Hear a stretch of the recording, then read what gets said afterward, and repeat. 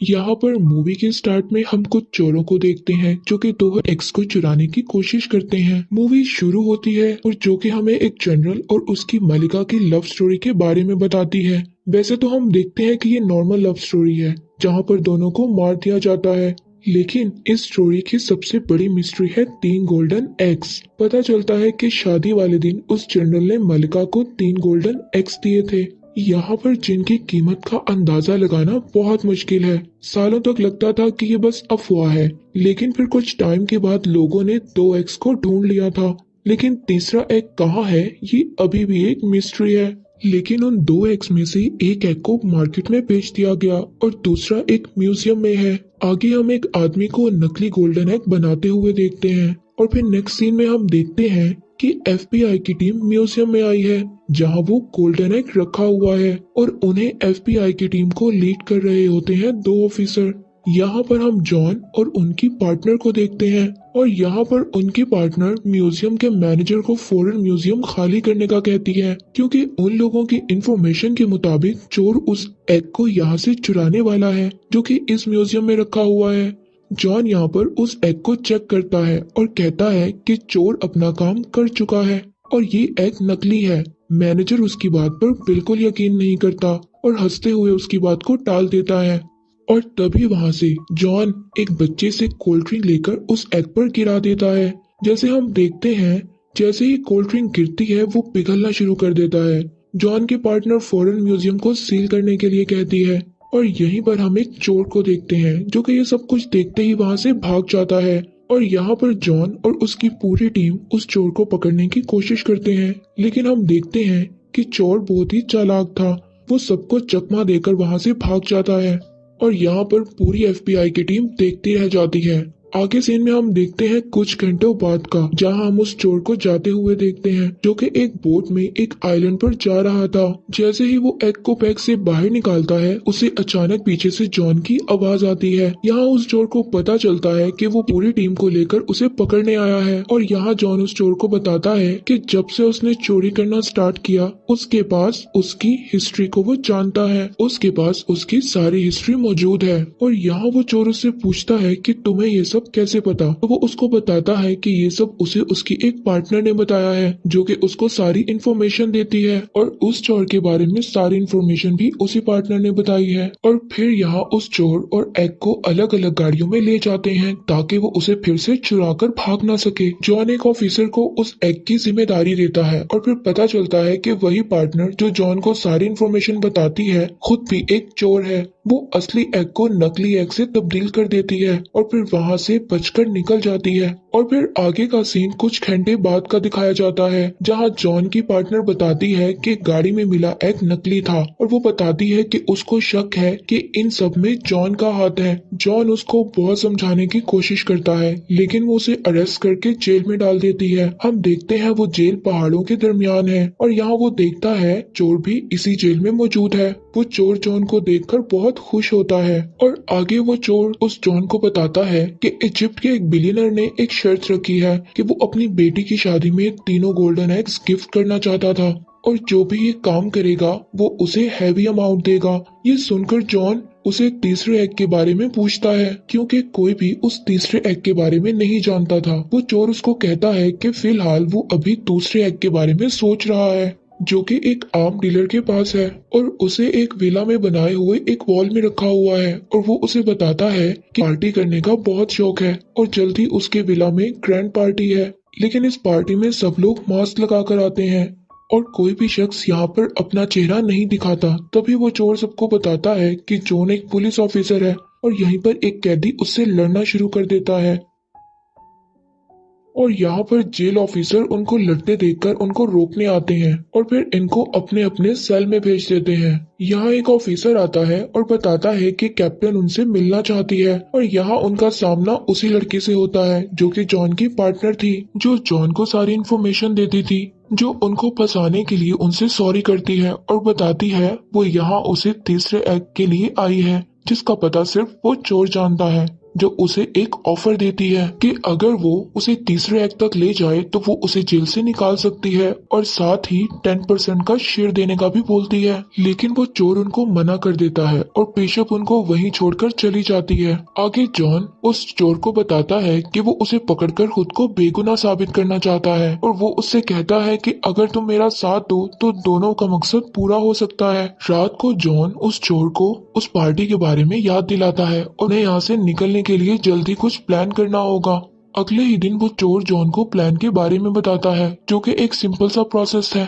पहले तो वहाँ वो एक छोटा सा ब्लास्ट करते हैं जिससे हर तरफ धुआं हो जाता है। फिर वो मेन गेट तक आते हैं जहाँ पर उनके पास एक कार्ड था। ये कार्ड वो चोर उस वक्त चुराता है जब जॉन की लड़ाई के बाद ऑफिसर उन्हें वापस ले जा रहे थे और नेक्स्ट सीन में जेल की दीवार तोड़कर उनके हेलीकॉप्टर तक पहुंचना था। और यहाँ पर कुछ ऑफिसर उनको पकड़ने की कोशिश करते हैं और बहुत रोकते हैं और यहाँ जॉन की जान भी जाने लगती है, मगर वो बच जाता है। लेकिन फाइनली वो हेलीकॉप्टर लेकर वहाँ से निकल जाते हैं। आगे हम देखते हैं बिशप को, जो कि FBI एजेंट ऑफिसर के साथ बैठी होती है, जहाँ वो कंप्यूटर को यूज करके अपने सारे रिकॉर्ड्स को डिलीट कर देती है और फिर वो FBI की एजेंट को जॉन और उस चोर के भागने की खबर देती है और साथ ही बताती है कि वो रात को डीलर की पार्टी में आने वाले हैं। इधर वो चोर अपने फ्रेंड के प्लान से उस डीलर की पार्टी में निकल जाते हैं। यहाँ पर चोर जॉन को अपना प्लान बताता है कि हमें उस डीलर के गार्ड्स और कैमरामैन से बचते हुए उस वॉल तक पहुंचना होगा,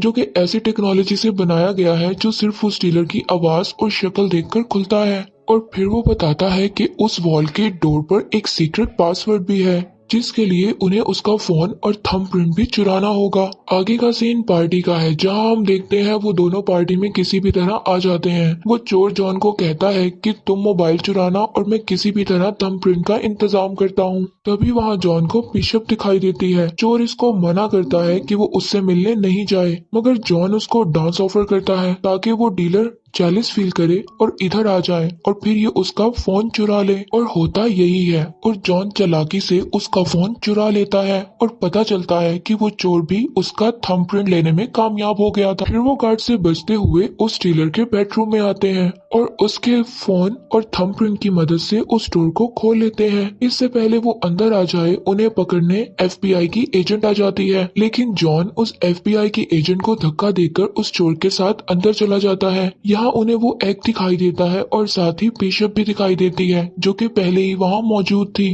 फिर उनके बीच एक लड़ाई शुरू होती है जहाँ ये दोनों बिशप का मुकाबला नहीं कर सकते। वो इन्हें पकड़ लेती है। तभी वो डीलर अपने गार्ड्स के साथ आ जाता है और फिर यहाँ पता चलता है कि बिशप उसके साथ मिलकर काम कर रही थी और ये सब उनका प्लान था उन्हें यहाँ पर लाने का। अब वो इन्हें एक सीक्रेट जगह ले जाते हैं और यहाँ बिशप उस चोर से कहती है कि अगर वो उसे तीसरे एक्ट की लोकेशन बताएगा तो वो उनको छोड़ देगी और अगर वो तीसरे एक्ट की लोकेशन नहीं बताएगा तो वो जॉन को टॉर्चर करेगी। यहाँ बिशप जॉन को करंट लगाती है और दोनों उसको बहुत टॉर्चर करते हैं। ये देखकर वो चोर उसको तीसरे एक्ट की लोकेशन का बता देता है और वो बताता है जो कि एक सहरा में है। यहाँ बिशप सेलिब्रेट करने के लिए डीलर को शैंपियन पिलाती है, जिससे वो पीकर गिर जाता है और यहाँ पता चलता है कि बिशप ने उसे भी डबल क्रॉस किया है और वो यहाँ से डीलर का एग भी लेकर चली जाती है और थोड़ी ही देर बाद उस डीलर को होश आ जाता है और उसको यहाँ पर सब कुछ धुंधला नजर आने लगता है और वो वहाँ फायरिंग करने लगता है, जिससे जॉन की हथकड़ी खुल जाती है। तभी जॉन उस चोर को अकेला छोड़कर जाने लगता है और कहता है कि तुम्हारी वजह से मुझे टॉर्चर किया गया। तभी वो उसको बताता है कि उसने बिशप को गलत लोकेशन बताई है। ये सुनकर जॉन उसको भी आजाद कर देता है। वो लोग बहुत मुश्किल से वहाँ से बाहर निकलते हैं और देखते हैं कि एक स्टेडियम में है जहाँ पर बुल फाइटिंग होती है। यहाँ वो फंस जाते हैं। एक तरफ डीलर उन पर नीचे से गोलियां चला रहा होता है और ऊपर से बुल उन पर अटैक करती है, लेकिन वो दोनों किसी तरह यहाँ से निकल जाते हैं। अगले सीन में हम उन्हें ट्रेन में देखते हैं जहाँ जॉन बार बार उसे थर्ड एक्ट के बारे में पूछता है और उस चोर को डराने की भी कोशिश करता है, मगर वो चोर अभी भी कुछ नहीं बताता। अब जॉन उसे इमोशनल करता है और कहता है कि अगर वो उसकी हेल्प करेगा, उसे बेगुनाह साबित करेगा, तो वो बिशप को पकड़कर उसे दुनिया का नंबर 1 चोर बना सकता है। ये सुनकर वो चोर उसको बताता है कि बात बहुत पहले की है जहां हिटलर के एक खास आदमी को एग के बारे में पता चल गया था। वो अपना सारा सामान लेकर किसी दूसरे शहर चला जाता है, एक बोट के जरिए जिसमें तकरीबन 100 टन के करीब सामान था। बहुत से लोग उसे उस खजाने के लिए ढूंढते रहे थे, जिसमें वो बताता है कि उसमें उसके डैड भी थे। उनके मरने के बाद वो चोर उसको बताता है कि उनके ट्रॉल से एक घड़ी मिली थी, जो कि वो एक ऑक्शन से लाए थे। ये असल में उस आदमी की वॉच थी, जिसमें उसको पता चला कि तीसरा एग कहीं दूर जंगलों में छुपा है। वो दोनों भी वहां पहुंच जाते हैं और घड़ी की मदद से एक सीक्रेट होल को ढूंढ लेते हैं। वो चोर अपने डैड की घड़ी से उसका दरवाजा खोलता है और वहाँ काफी कीमती चीजों को देखते हैं, और वहाँ वो कुछ एंटीक कार को भी देखते हैं, और वहीं वो उन्हें एग भी दिखाई दे देता है। इससे पहले वो उन्हें लेकर जाते बिशप एक बार फिर उधर आ जाती है। वो उन्हें बताती है कि उसको उस पर शक था, इसलिए वो उनका पीछा करते हुए वहां तक आ जाती है। फिर वो उनसे एग देने को कहती है, और तभी एफबीआई की एजेंट पूरी टीम को लेकर वहां आ जाती है। उससे बचने के लिए वहां पर मौजूद एंटीक कार में तीनों भाग जाते हैं, और एफबीआई की टीम भी पुरानी गाड़ियों से उनका पीछा करती है। एक लंबे होल के बाद वो एक वाटरफॉल से बाहर निकलते हैं, और एफबीआई की टीम पीछे रह जाती है। वही चोर बिशप का मजाक उड़ाता है कि उसके जेल जाने के बाद वही दुनिया का नंबर 1 चोर होगा। वो जॉन से उसे अरेस्ट करने का कहती है। तभी उसे वहाँ एक और शौक लगता है कि जॉन और बिशप शुरू से मिलकर काम कर रहे थे, और ये उन दोनों ने सारा प्लान बनाया है ताकि वो इससे तीसरे एग की लोकेशन जान सके। यहाँ जॉन उस चोर को बताता है कि उसके डैड भी एक चोर थे, वो भी एक बड़ा चोर बनना चाहता था। फिर वो उस चोर को वहाँ बांधकर वहाँ से चले जाते हैं। आगे सीन शिफ्ट होता है और हम देखते हैं उस बिलियनर्स की बेटी की शादी। वो तीनों एक्स पहली बार एक साथ लाए जाते हैं। इसे देखकर वो बड़ी खुश हो जाती है। और फिर हम यहाँ जॉन और बिशप को देखते हैं।